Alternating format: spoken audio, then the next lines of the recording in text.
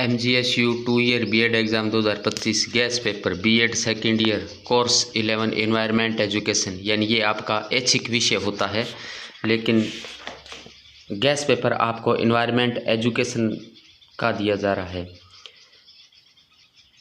Part बे के अंतर्गत आपको कुल 5 क्वेश्चन करने हैं। पहला टॉपिक खाद्य श्रृंखला व पर्यावरण के जैविक तत्व, यानी खाद्य श्रृंखला आपको पढ़ना है और पर्यावरण के जैविक तत्वों को आपको पढ़ना है।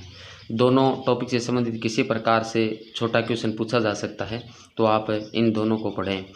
दूसरा, ग्रीन हाउस प्रभाव व रेडियोधर्मी प्रदूषण, यानी ग्रीन हाउस प्रभाव और रेडियोधर्मी प्रदूषण को आप अच्छी प्रकार से पढ़ लें, काफ़ी महत्वपूर्ण है, आ सकता है।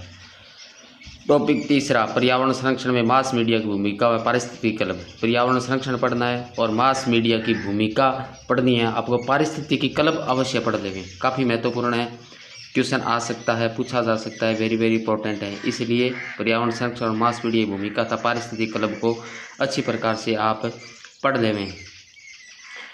इसके बाद टॉपिक चौथा, यानी खंड ब के अंतर्गत आपका जो चौथा टॉपिक रहेगा वो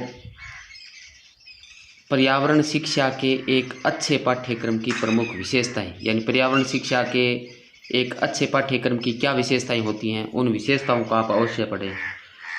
सामाजिक वानिकी कार्यक्रम की उपयोगिता, और इसके साथ सामाजिक वानिकी कार्यक्रम को भी आप पढ़ें। सामाजिक वानिकी कार्यक्रम काफ़ी महत्वपूर्ण है, आ सकता है, तो पर्यावरण शिक्षा के एक अच्छे पाठ्यक्रम की विशेषताओं के साथ सामाजिक वानिकी कार्यक्रम को आप पढ़ें।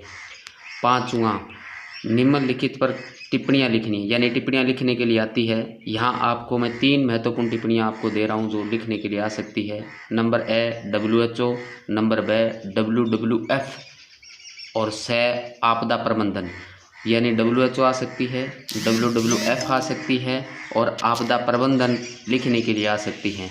तो इसलिए आप तीनों को अच्छी प्रकार से टिप्पणी की दृष्टि से आप इसको पढ़ लें, क्योंकि टिप्पणियाँ लिखनी आती हैं, तो इसलिए ये इन पे टिप्पणियाँ लिखने के लिए दी जा सकती है। इसको आप अच्छी प्रकार से पढ़ें, काफ़ी महत्वपूर्ण है, इन टॉपिकों को पढ़ लें।